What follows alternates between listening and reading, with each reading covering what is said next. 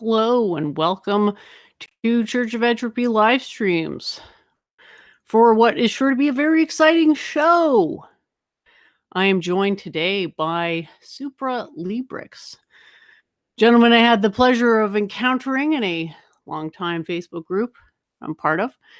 So without further ado, I will allow him to introduce himself. Thank you so much for being with us today. And yes, you unmute to talk.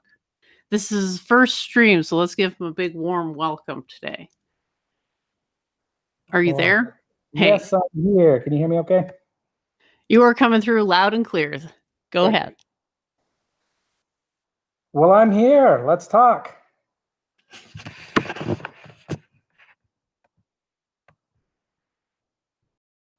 Hey, okay, so I think we were going to start the show with you telling us a little bit about what you have been doing with your life, specifically as it relates to your recent journey of philosophical and intellectual discovery. Okay. Yeah, basically, I wanted to understand why people were crazy.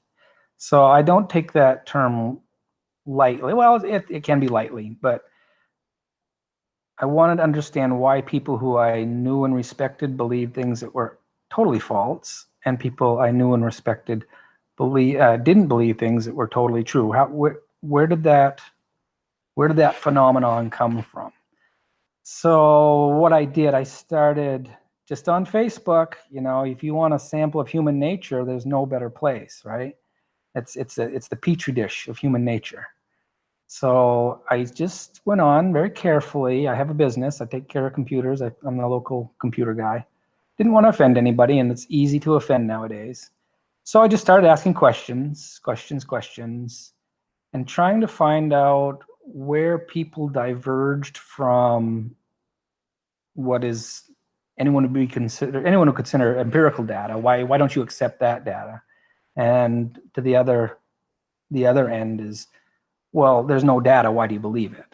So you have these two variations on belief where there's nothing to support what you believe, and then you have there's everything to support it, but you don't believe it.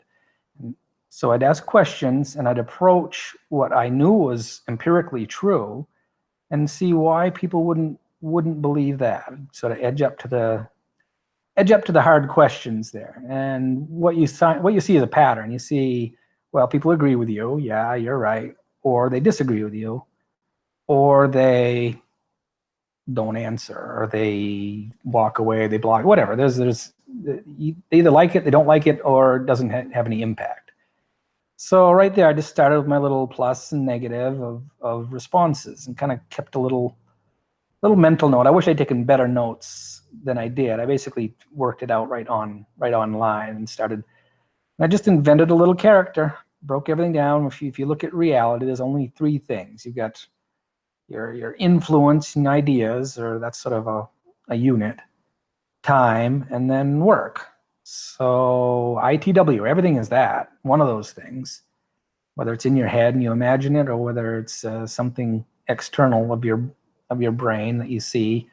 It's one of those components. So I just started from that and started to work out my own little pocket logic, just my homebrew way of trying to figure out why people were crazy.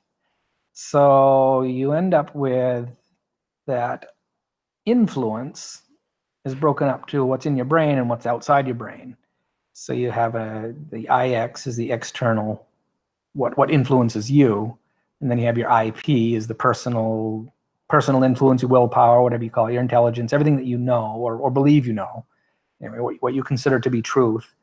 And then you have the IX is what is given to you from the outside world in various, whatever forms, visually, audibly, hot stove, all those are inputs to your mind about what is true. And then you have to reconcile what input has with what you consider to be true. And everyone has experienced things where, wow, I didn't think that was going to happen. Or you expected something to happen and it didn't, or vice versa. So it's not perfect, but we think we know what's going to happen a lot of times. We have our, if you're alive and breathing after 20, 30, 40, 50, 60 years, well, you got life pretty well figured out. So you think you can foresee the future, at least the next, few hours, days, or whatever. But everybody's done things that surprised them in the end. Anyway, what I ended up discovering was, well, you have this interference between what you believe and what the outside world is telling you. And that's what I found curious, was that cognitive dissonance where you believe something and then something the opposite of what you thought was going to happen happened. And how do you explain that? Why didn't you see that coming? And for some people, well, of course it happened. It was obvious to them. Why wasn't it obvious to you? And that goes through all, you see that everywhere. So I just started using a little bit. I'm not a mathematician at all. I'm not a physicist at all. I enjoy watching. It's a spectator sport for me. I like seeing it done because it's perfect. Math is perfect. There's no argument over one. Well, now that I've talked to some mathematicians, they're arguing about stuff too, but that turns into philosophical arguments, not, 1 + 1 is 2 always, unless you do something crazy. So math keeps things pure. There's no bias in math. It's either 1 + 1 or it's 1 + something else. And I started doing my little logic with my made up variables until I got to a point where you could see patterns and you could see how the interference was between what someone considered to be reality and what actually was reality. From there, I just kept going and going and going. I got into my nice, neat little algorithms, and it sort of started matching up. I ran into some physicists, and I started noticing, wow, this matches right up with, well, of course, time, that's a variable, t. Work, well, that's force times distance. And you end up having the same patterns in physics as in gravitational pull, the luminance, all the phenomena that you see in nature and astrophysics and in any kind of Newtonian physics, that seems to play out in your mind as well, but in an imaginary format, your ideas. So, for example, an idea, something that happened in your childhood, maybe made a big impression. You went to, well, whatever it is, Disneyland. You really enjoyed it as a kid, so that has a certain amount of pull in your mind. You have nostalgia if you liked it, or if you got bitten by, Mickey Mouse, then maybe it wasn't a nice experience, so you have that negative reaction to it. But you can map out these things. And then what I found curious was different people have different propensities to what they'll believe of any given input. So that's what I found interesting. So I started jumping into the philosophical realm and trying to find out, well, what's the root of this? Why don't you believe this? Here's a picture. You don't even want to look at the picture. Why won't you look at that picture? And I understand some things you don't want to look at. Whatever, it wasn't nothing grotesque, just an evidence that what you believe is wrong. And people don't like to believe that. They want to see something that conflicts with what they consider to be true. So I jumped into the philosophical circles, and you go into philosophy, and that's just a whole bunch of people talking about the way they see something, and you may or may not believe with a philosopher. And what I found is with my logic, the logic is only based on what can be proven. It's empirical evidence only. So you can't tell me something's true unless you give me a picture, give me a statistic, give me something that can't be disproven, at least. That can be proven, that is. I shouldn't say can't be disproven. Tell me a way you can prove it. You're getting to a lot of interesting points here. Yep. Interrupt anytime. I'm sort of running through the gamut. Yeah, I'm just making a little list of the things I wanted to address in what you're saying. So math is perfect. I think you said something along those lines. So I think what our friend is trying to say is that math is exact. Exact. Okay, yeah. Perfect. But math is, I just want to be careful with the word perfect, because math is what they call axiomatic. Yeah. So when you're doing math, let's say you're just doing math on the natural numbers, the axioms of that versus doing math in the real number line are different. Yes. Because for real numbers, there's they have a structure. Real numbers have a structure, like for every consecutive rational numbers, there's an irrational number between them. Right. Let me interrupt you there. What I mean by that is, if you're going to argue that 1 + 1 is something other than 2, well, you can argue all day, but it's useless. I want a purely pragmatic way to understand the world. And if you're going to argue with math, well, then that's not practical at all. Sure it is, because that's the conclusions you draw are always constrained to the axioms you're using. And logic is always circular within its own axioms. So as soon as you invoke any type of axiomatic system, you're tacitly accepting a bunch of things or truths about its structure. And I'm not saying we should be debating whether 1 + 1 = 2, but if we're going to use math techniques, we have to understand over what ranges these techniques are actually valid approximations. Yeah. And that's where it gets important. I'm not suggesting that we debate about whether math is important. It's more about what is the correct interpretation of math. Because I think what you have is some type of, I was actually going to ask you about that. Like, is it a matrix times a vector on your equation? Okay, well, see, now you're already talking over my head because I don't know math well enough to even answer that question. Okay, so basically you had a yearning to understand the root of self-deception, which you call craziness, and you convinced yourself that there was some underlying logic, and therefore you concluded that mathematics had to be the language in which it was expressed. Well, the best way, and who knows if it's like you said. Okay, interesting. Not going to be the best way. Algebra, as funny as it sounds, is actually a degradation of the original form of the math, because it's not math the way you're used to doing it. It's a purely logical geometry-based math, but that geometry-based math is where algebra comes from in the first place. So you're saying, well, let's go for the answer in algebra, and I'm saying, well, like, why not just go in the purely logical formalism, and then the algebra will follow from that once you interpret the logical formalism properly. I'm not saying you should do this. I'm just like, this is how I've kind of gone about it. Yeah, well, this is funny because I'm looking for a brain that is mathematical, because mine is, it's enough to comprehend the basics and I get the ideas, but to work it, that's actually what I'm looking for, is a way to formalize what I've done with my chicken scratchings, kind of just trying to figure this out. And I got to a point where, wow, this makes sense, and it's a practical system.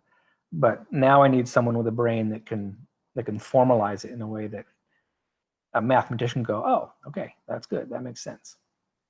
So that's where I am on that end of it. But that's sort of going in further. That's going to the point where if you're going to argue about math, well, then you're already at a level where 99.9% of the people aren't going to be able to argue with you. You know what I mean? That's what I mean by that. Let me carry on. What I meant was with the logic. If you're gonna, this is the base of the argument with the proprietarians, which I ran into, because I had this all worked out, and then someone showed me the proprietarians. Like, oh, well, let me go check that out, because they said my logic looked like theirs. Okay, I went over and looked at it, and it looks like they have a logic, but it was based on words. He set up his logic and everything according to words. But the problem with words is a word is a prepackaged idea in itself. So as soon as you're using prepackaged ideas, to your axiomatic domain is already biased right from the get-go if you're going to use words. If you're going to use logic, you're tacitly embracing the axioms of logic. If you're going to use words without defining them, you're leaving the door open to ambiguity.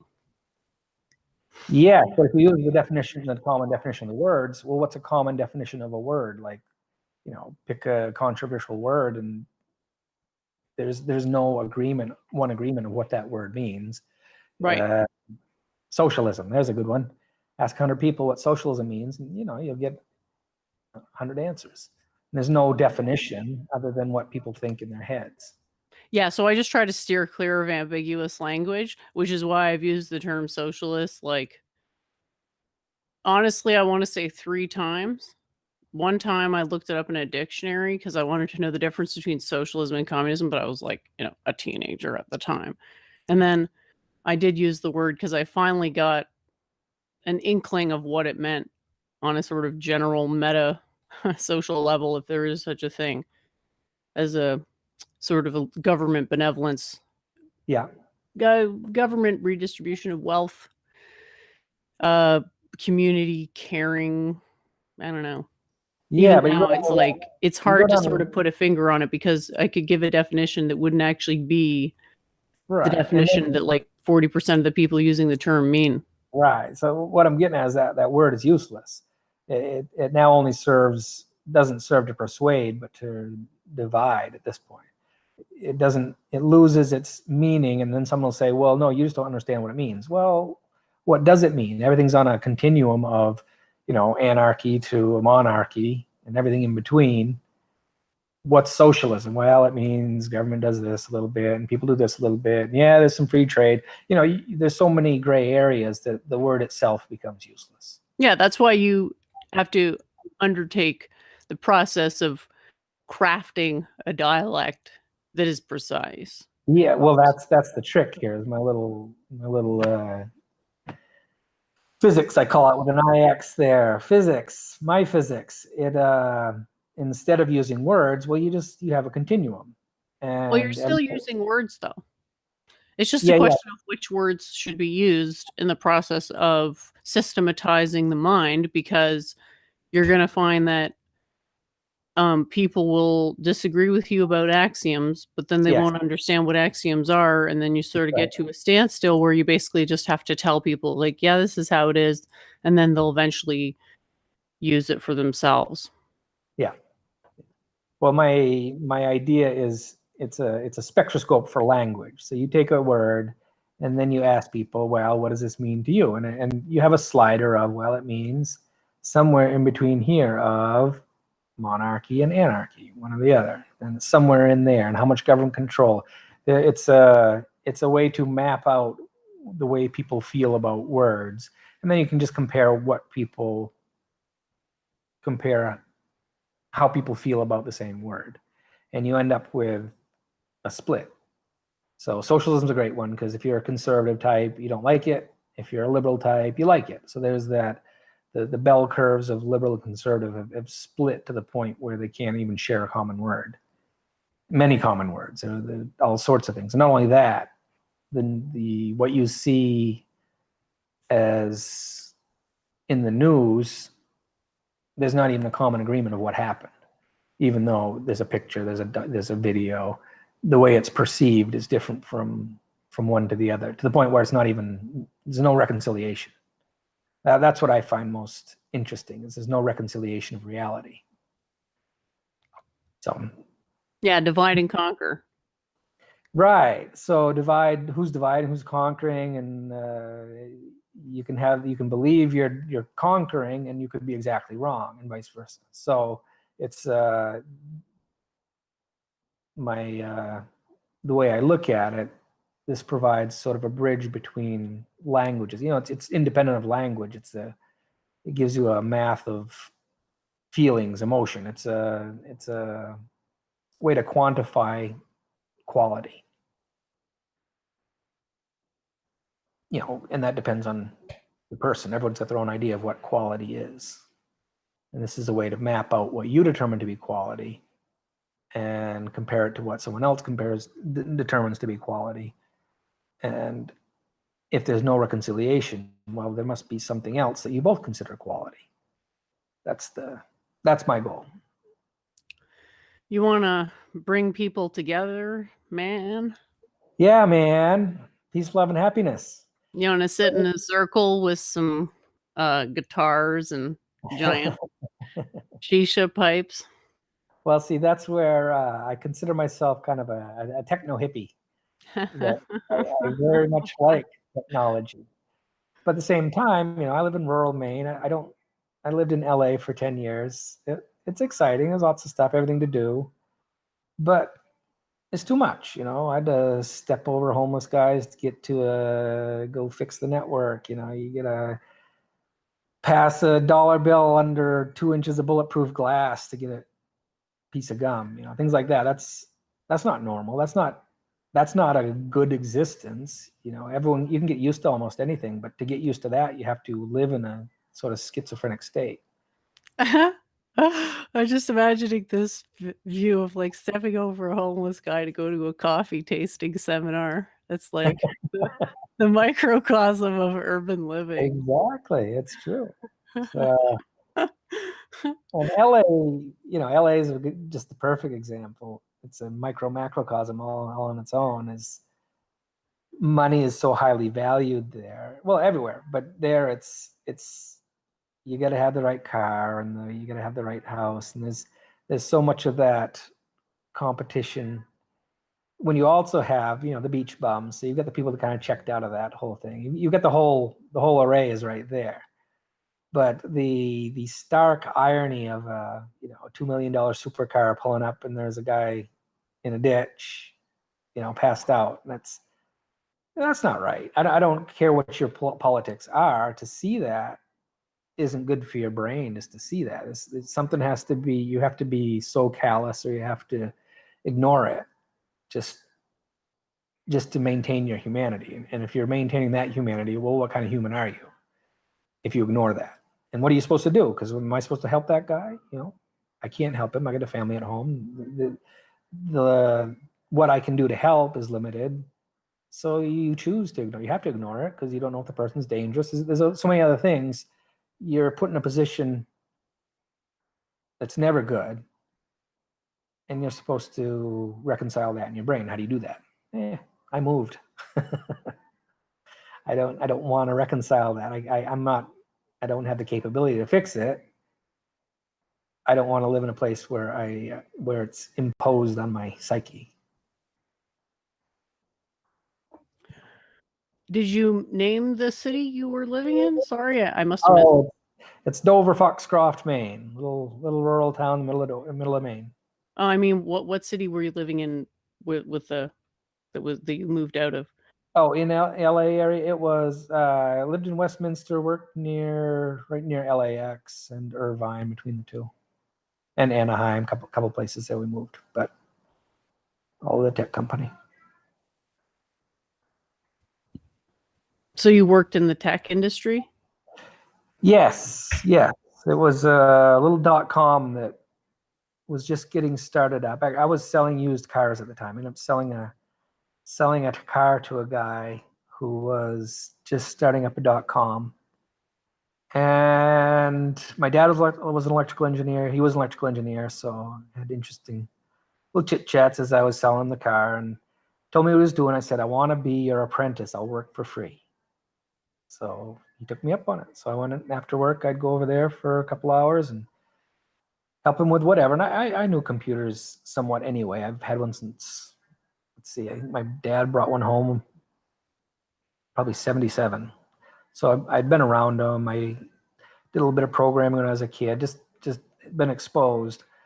Anyway, I just had a knack for it and I liked it. So he hired me and put a whole bunch of money into me to become their network engineer. And here, learn this, now make it work. And if you don't keep it going, if it breaks, you're fired. So it was pretty high pressure, but invigorating to learn all that. So I got a real good boots on the ground training, right from making cables up to setting up routers on the backbone of the internet, and got into Linux. And that was sort of my where I really took to it. Was Linux was the open source operating system that was challenging Microsoft and Solaris and Unix and all the big names. And Linux kind of came out of nowhere as, hey, let me try this. And it just turned out that's what took over the world, because it was open source. Everybody could tinker with it and make it better than it was before. And that was the secret sauce. So that's what I learned, and that would turn out to be very valuable in that field. And towards the end, the .com that I was with, we ended up crashing. But there were only a few people who knew what was going on with the whole thing, and one of them was me. So I survived it, but at that point, that's when we started thinking of getting out of the big city life. So moved to Maine and opened up a little one-man band computer guy shop. So that's what I've been doing for the past 17, 18 years. Nice. What a wonderful role model you are. Wow. I have so Thanks. much respect for people who can do that Linux stuff. Yeah. And setting up networks. I always really didn't ever want to have to do that in my job, so I like fervently developed other skills that would allow me to delegate those tasks. Well, I'm the last interface between the human and the internet. That's sort of been my niche, and that's sort of illustrative of who else was going to come up with a little theory like this if it wasn't someone like that. I mean, I have to deal with an irrational customer and a 100% rational computer and reconcile. I have to make them both work, make them both happy. If they aren't both happy, well, then I'm not worth paying. So that's what I did. I ended up hacking humans. I took the tack of if I were AI, how would I deduce what humans, what's the logic of humans? Because they don't do what they're told, that's for sure. So I imagined I was an AI investigating how to determine the logic of humans, and that's where I came up with my little hack together math. You know why people don't do what they're told? Yeah, let's hear it. Because they want to believe that they have free will, which they don't, and it's a cope. Yeah. It's That's like you're probably only fucking not doing what I'm saying because you're so, I think it's honestly pathetic to need to deny that free will is fake to get through life, and then to expect other people to reflect that delusion is like really narcissistic. Well, now free will, that's where you get into your philosophical realm. Does it exist? Who knows? You can't prove it doesn't. Well, you can look at the arguments on both sides. And I would say Right. the strongest argument in favor of free will is that we could conceive of possibilities before they're actualized. Yes. And we can deliberately manipulate the course of events. So that would be like your strongest pro. Like, I don't know if there's maybe a stronger argument. I find a lot of them sort of go off the rails. Like it's, God did it to your arguments. But basically, the perception is a strong, like, you're basically saying, I have free will because it feels like I have free will. And clearly I can, my kingdom come, my will be done type thing. Yeah. And then there's the argument from the other side, and you say, like, can I go backwards in time and change the course of events? And the answer is no, because of entropy and because of the speed of light being constant and unreachable makes it backward time travel physically impossible. So you could say, like, whatever happened in the past was destined to happen. Yeah. And therefore, you're not free from the causes that precipitate your destiny. So I think it ultimately reduces down to an aesthetic argument where it's like, would you rather look at it one way or the other? Yeah, that's it. Well, tell you what, this is the experiment, because I developed this theory and I'm maxing it out. So according to the theory, it's easier to make $1 billion than it is to change someone's mind. It's easier to take their money than to change their mind. So I'm going for $1 billion. I've got a couple of things in the works, and if that happens, would you presume that was predestined? Because I just made that up. It just depends where you want to situate yourself in the space-time continuum in terms of causality. If you're looking at it in terms of right now, well, the future hasn't happened yet. So then whatever happens is just whatever's going to happen. Okay. So here's how my logic works is, well, if you can't prove it, pick one, whichever one you like. So I prefer to think that we have free will. I mean, if you can't prove it one way or the other, well, you may as well pretend you have it. Okay. So I'm going to pretend I have it, make the $1 billion, and then we're going to give it all away. So we've got a whole lot of a lot of things going in the background, but I think you'd be an interesting ally with this. The big scheme is I've created the ideological money pump, the imp. And that's a way to reverse the flow of money from where it's concentrated to where it's not enough. A siphon is a better word, but pump sounds funnier. So if you have the mathematics to manipulate ideas, well, then what idea would you change? Of all ideas in the whole wide world, what idea would you change? Well, let me ask you that. I'll ask you that one right up. If you could change one word in the whole wide world, what word would that be that would change the meaning for everyone on Earth?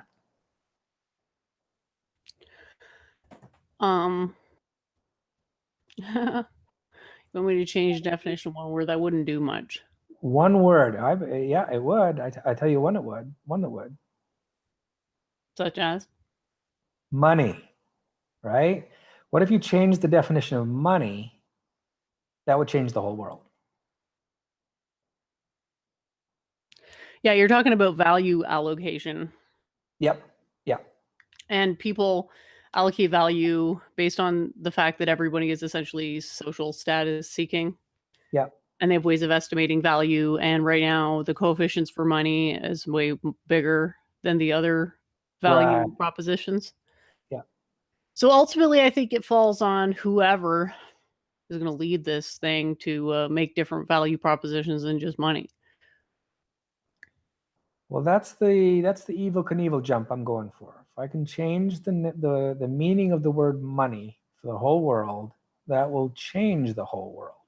So that's the big plan, the long-term plan, and we'll see how it goes. So far, so good. I'm talking to you.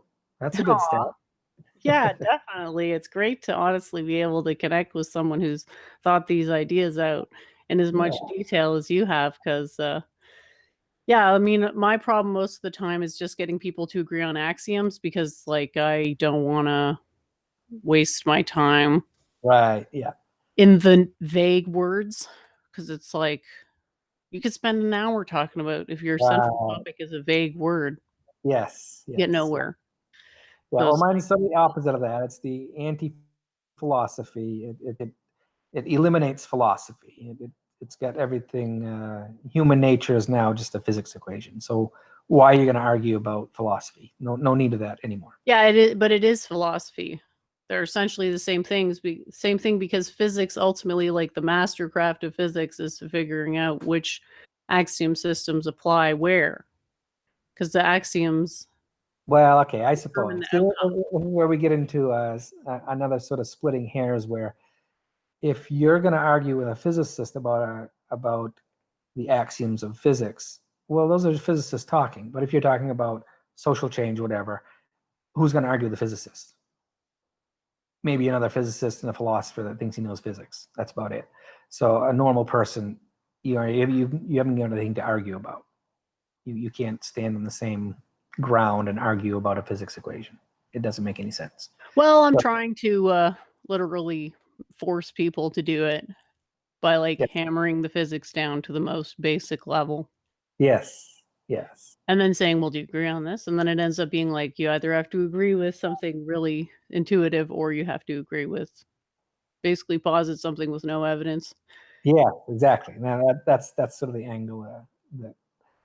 Well, I mean, what are you trying to do? Are you going to just go and like basically on the offensive to try to change people's minds until everyone does? Or well, no, that's it. There's rules to physical warfare. Well, might makes right. Whoever has the biggest gun, whoever has the best bomb, whatever. Whoever can threaten the other person into submission wins in the physical realm. Either submission or deletion. You either kill the other guy. That's the history of the world, is taking over resources. And whoever has the highest tech and is willing to use it is the guy that wins. So what's interesting is in the ideological sphere, the rules are flipped. Those are in the physical realm, it's physical threat is the one that wins every argument. In the ideological realm, it's an infinite realm. You don't have, it's just ideas, which is what the internet is. Everybody puts out whatever their ideas are. Now, if you have a bad idea, it goes nowhere in the infinite realm, because why would you have a bad idea? If someone doesn't want what you're selling, you're not going to sell it. The best idea wins. So what's the best idea? Well, the best idea is, well, what people want, whatever they want. So everyone wants stuff for free. So that's why Google won. Google won because they offer a superlative service for the cost of having a computer. You go online, there they are, free. Look up anything in the world, there it is, free. It finds it for you, free. It's all free. So that's a great idea. So how do they pay for that? Well, everyone knows. They do the little advertising and whatnot. So they get their money. You perceive that you're getting it for free, but they're actually, you're paying in your time and attention to their ads, and hopefully you click on one once in a while and buy something. So that's their business model. So you have to have an idea that is that benefits you. That's the best idea.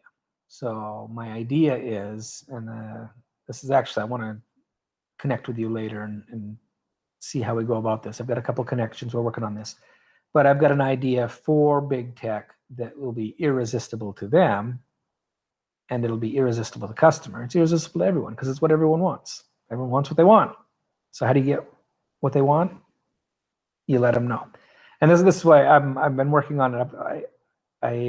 We'll talk about this later, but I got to get going now. And I think we just started a cool meeting up here, a cool relationship. Let's see where this goes. Awesome. I'm really glad you could join us today. It was great to catch up, and look forward to talking again where we can go. I was hoping we get a chance to go through your model in more detail, but I know it's... Yeah. No, I definitely want to. I want to go over every little step there, because I'm trying to put it in a form. It's all in my head, and I got a couple people that kind of understand what's going on with it, but it's not presented in a way that's cogent and coherent for almost anyone. So that's what's been entertaining for me, is with the poor proprietarians. They didn't know what hit them there. I sympathize with them because they've got a pretty good system, except they base their logic on words. So they went down the path of, well, anti-Semitism, and you can't have that. That's just silly. So anyway, we'll carry on later. But I appreciate the time. It was fun, and we will definitely maybe do a series, and I can kind of talk through, because I want someone with your brain and vocal ability to hammer out the parts that I know are not clear, and I'm not sure of a better way to tell them. I think you'd be great to do that with me. So it didn't go over so well with the proprietarians? I just had one last question. Like, did you find it was a cultural problem with them, or? Well, yeah. See, what's interesting in my physics, my math there, they represent one of the variables, the logical part they represent, but that's the IX, the physical world. They've got that pretty much right on the money, but they ignore the IP, which is the psychological, the personal, the irrational logic in your mind. They don't account for that. So they've got exactly half of my theory ironed out. So law and order, you got it, but you also end up with missing the part that, the best parts of life. The irrational parts of life are the best parts. The pretty sunset, the beautiful buildings, people, all the nice things. If you don't have that included as part of your logic, well, then you end up with, half a system, which it'll work. It's very nice. It's not nice. Nice isn't the right word. It's logical and it's practical, but it looks intimidating, and that's their problem. They got a PR problem, is what they do, and it's not just a PR problem. Well, it's a lack of integrity problem, because these transcendental paradox sounding facts like Zen koans and things like this, determining the truth value of those things is extremely complicated. So they're just sort of hand waving and saying, yeah, don't worry, we can figure out what's true and what's not. And I'm like, you're underestimating the complexity of the task. So yeah, before I let you go, I just want to say thank you for appreciating the complexity of the task and Yeah. all the work you've done so far. I'm looking forward to hearing more about it. And I hope the audience really enjoyed this talk because I sure did. Yeah, good. Yeah. Well, nice to meet you, Jennifer. We'll carry on later. I'm sure of it, and we'll have a good Great. time. Take care, man. All Talk right, to you Dr. soon. Bye. All right, so it looks like sadly the poopertarians have a bit of an optics problem. I mean, it's essentially like, I don't want to say it's Molyneux tier, but I mean, nobody is going to be impressed by a bunch of complex verbiage unless it's accompanied by the confidence, rhetorical confidence, and when your whole shtick is just these weird one-liners with like a bunch of circle jerking in the comments on Facebook and getting triggered anytime someone points out like basic facts and then immediately resorting to ad homs when your whole LARP is supposed to be that ad homs are bad. Is kind of like, okay, I'm not, yeah, whatever. I just want to debate Kurt Doolittle. I don't know why he keeps ducking me. Jay Dyer said it's because he didn't debate women because it's not traditional. So yeah, Kurt, man, we should talk about natural law, Kurt, because natural law does settle differences of opinion with live debates. So we're gonna write an article as to why that no longer applies. I think you might be missing the point. So yeah, I thought that was an awesome talk, and I'm not the only one thinking about things like this. It's a fascinating question, really. Yes, Conway's glider. Jay Dyer did say that. He's like, you should have a degree at least if you want to debate me. But it's like, I do have a degree, guy. Whatever. But that one guy, the flat earth guy, he debated me. So basically, in my own honor system, the flat earth guy who yelled at me for like 30 minutes and insulted me a bunch of times has higher honor than someone who won't even debate me openly. I mean, what's so scary? Oh, well, maybe next life. And we'll talk to you on Week in Review coming up this Sunday at 8 or 8:30. I'm not sure. Check the channel with David, Eastern Standard Time. Yeah, but that's just so to say, a worthless opinion of. It's so important that she can't be told, she won't be told that it's wrong. And bringing it back to Church of Entropy and her attack dog Gandalf the White. Why don't you learn to shut up and fuck your goddamn logic? They control the media, and the media is capable of making the sheeple believe in anything. Yeah, I don't mind. I mean, we've had these streams, and I've been doing with Church of Entropy, and she's been bringing on new people, and like we did those streams on like stream etiquette. We walked through like the technology.